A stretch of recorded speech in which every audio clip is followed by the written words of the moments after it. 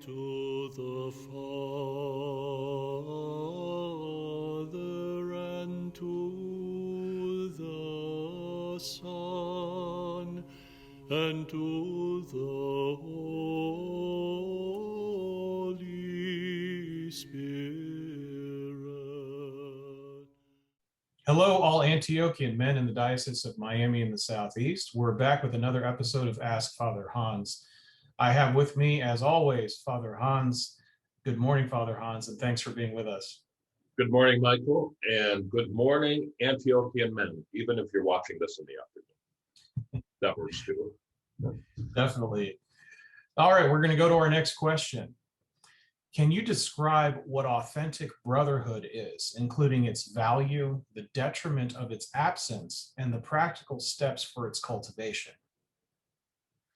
Authentic brotherhood is a relationship of men between men, a man and a man and other men.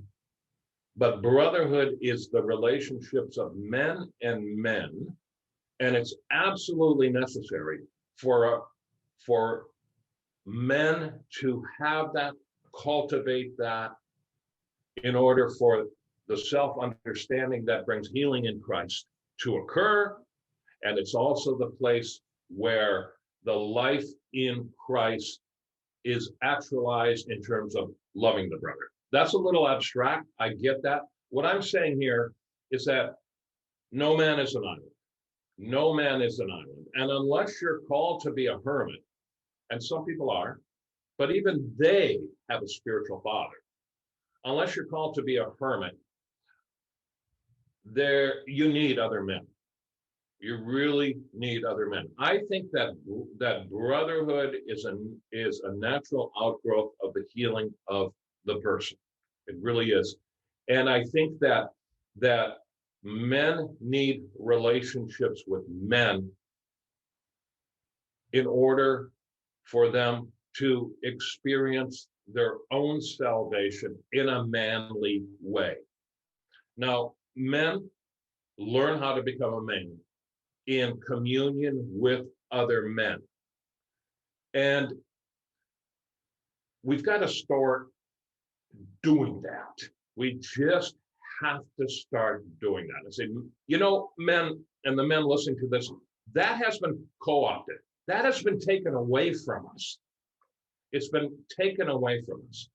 And I speak of these things and I can sense sometimes, well, it just doesn't sound right. It's a little weird. And no, take it back. Take it back. Because intimacy between men, which means the sharing of hearts between men, the sharing of hearts is tremendously strengthening. Men need it. I think in the culture, it used to be naturally understood, and it was done in different ways. I think we have lost this in the last 20 or 30 years, and I think the effects have been devastating. Now, if we do this, and I've seen this over and over again, and it is so rewarding, and it is so promising. If we do this, the guys that grew up without fathers, and growing up without a father is absolutely devastating. They have a sense of a loss in their lives, but they can't define what that loss is. That kind of deficit in a man's life can actually be healed. It can be healed, and it can be healed when he's older. The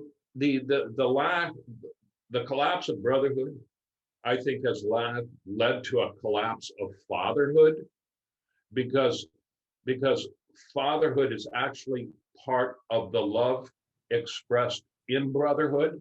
I'm working this out. I will have it done by October because I have to give a talk on it. But I think that the brotherhood between men, which is really love, masculine communion between men, has the character of fatherhood and sonship. That's how I think it expresses itself. And even if a father's not a biological father, he's still a father to those who are younger than him.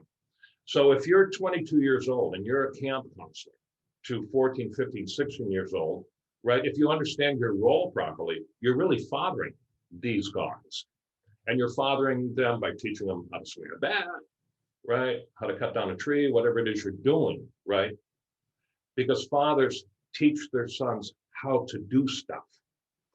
And the reward for the father, and whether it's a biological father, whether you're 70 years old, whether you're 25 years old, whether you got kids, whether you don't, the reward for the father is very, very great, because there's self-discovery in being a father, but there's the reward in being a son and experiencing the love of the father is very great too, and leads to that self-discovery. And it's within that relationship, and it has to be masculine, it has to be man to man, that the Lord himself works, because the Lord desires us to be strong men. And he desires all of us to define where we're supposed to work and what we're supposed to do. If that is missing, there's a deficit. And the man, I don't care how old you are, the man will experience the deficit of love as a deficiency. And when a man thinks the deficit is a deficiency, he is crippled. He is crippled. I talk to a lot of young guys about this, and when the time is right, you know, I'll bring that up. I'll say your deficit isn't a deficiency. That's a little abstract, but the man who has the detriment experiences the detriment as a deficiency, because we learn how to become a man in communion with other men. But actually, the deficiency is not a deficiency at all. What it is a deficit. And once that deficit is filled, and what's it filled with? It's filled with the love, which it's filled with communion with other men. That deficiency, that sense of deficiency is healed, because it's really a deficit, and the deficit is filled. And that filling is actually a healing of the soul. And the healing of the soul comes because he experiences the love of another man, and a father gives it and a son receives it. And it is the redemption of the man. It's really beautiful. It's the redemption of the man. And he grows into, because see, love is dynamic. Love's not a feeling. Love is a giving. Love is a giving, right? He grows into the person that God created him to be.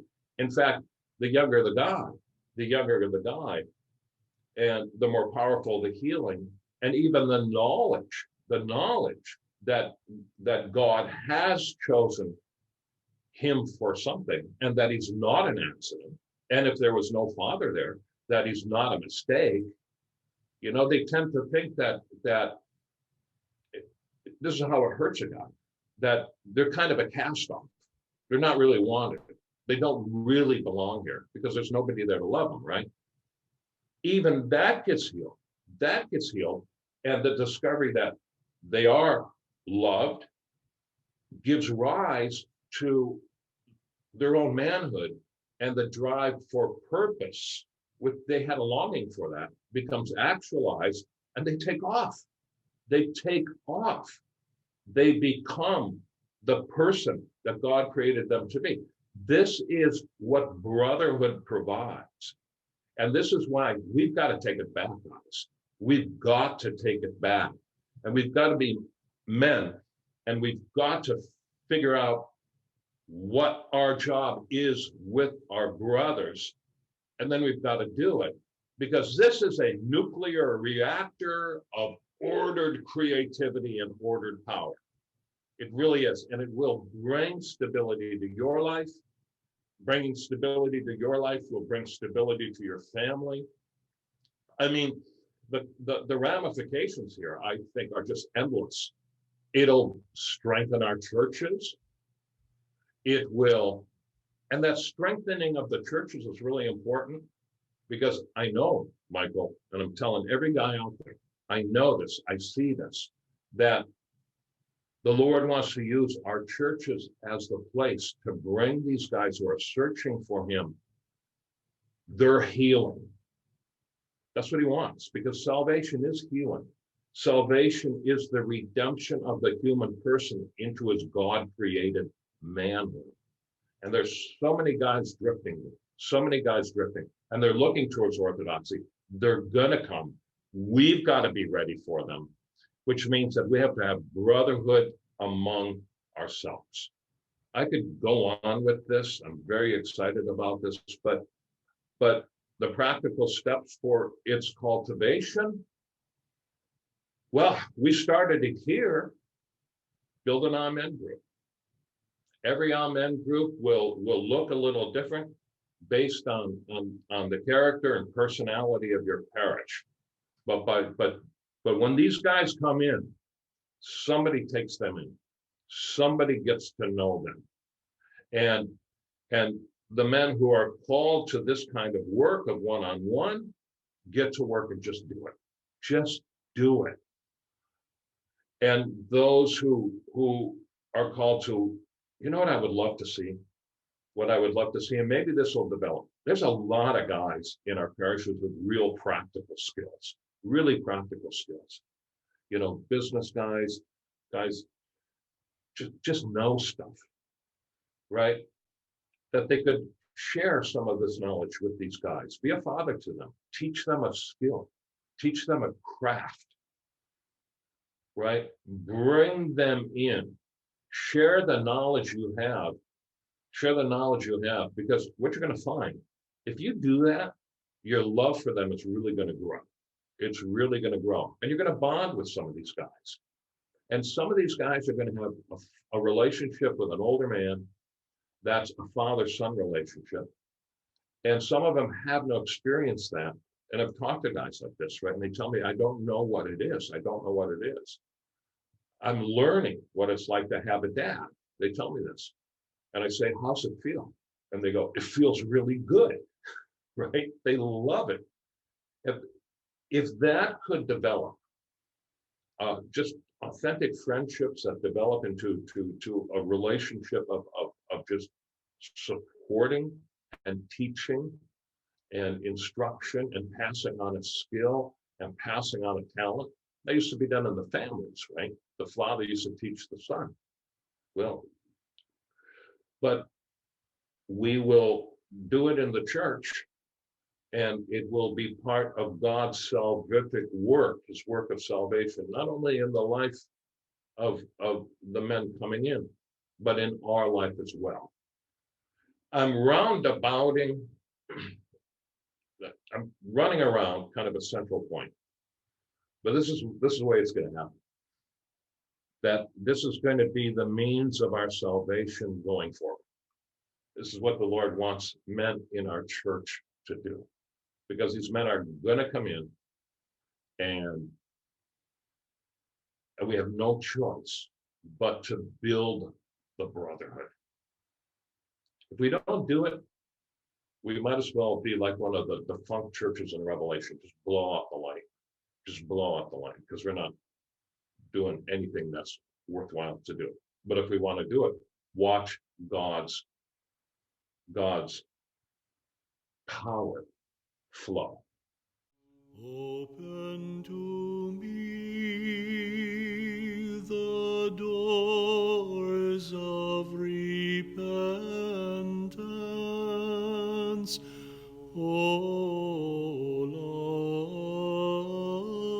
life giver,